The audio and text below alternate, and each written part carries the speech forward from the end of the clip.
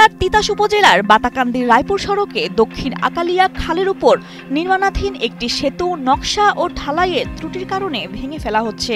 এতে সরকারি অর্থের অপচয় যেমন হচ্ছে, তেমনি দীর্ঘদিনের ভোগান্তিতে পড়েছেন এলাকাবাসী। 3 বছর ধরে ব্রিজ হইতাছে না, আঙ্গু কষ্ট হইতাছে, এটা আবার ভাঙা লাইতাছে।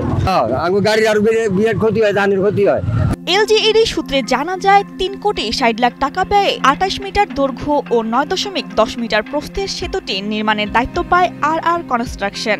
2023 সালের মার্চে কাজ শুরু করে প্রতিষ্ঠানটি। কথা ছিল 2024 সালের মার্চে কাজ শেষ হবার, কিন্তু নির্ধারিত সময়ে কাজ শেষ হয়নি। ইতোমধ্যে প্রতিষ্ঠানটি 60% কাজ সম্পন্ন করে প্রায় 1,80,00,000 টাকার বেশি তুলে নিয়েছে।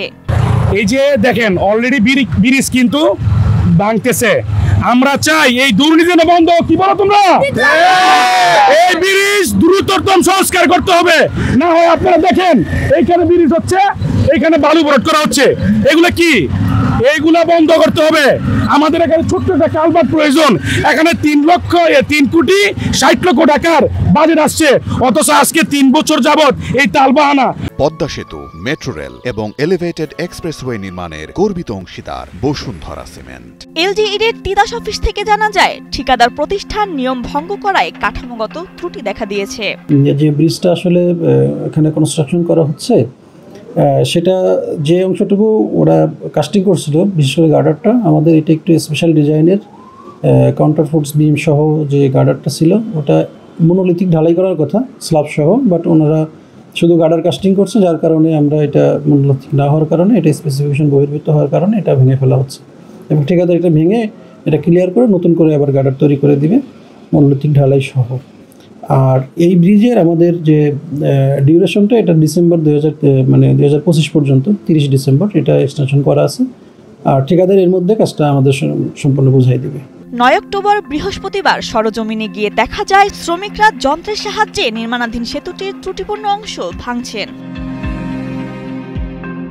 স্থানীয়রা জানান, সেতু নির্মাণ ও ভাঙার এই প্রক্রিয়া এলাকার মানুষকে ভোগান্তিতে ফেলেছে। অলরেডি 1,80,00,000 টাকা ওনারা পেমেন্ট উঠাই নিয়ে গেছে, চেক।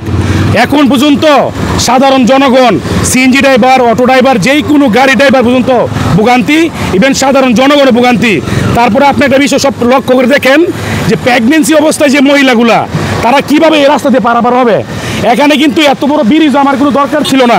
এই ব্রিজ অলরেডি 60% কাজ সম্পূর্ণ হয়ে গেছে, কিন্তু এখনো আবার এই যে ব্রিজ কিন্তু ভেঙে ফেলতেছে। এই যে সরকারি টাকা, জনগণের টাকা এইভাবে যে অপচয় হইতেছে, এর দায়ভার কে নিবে?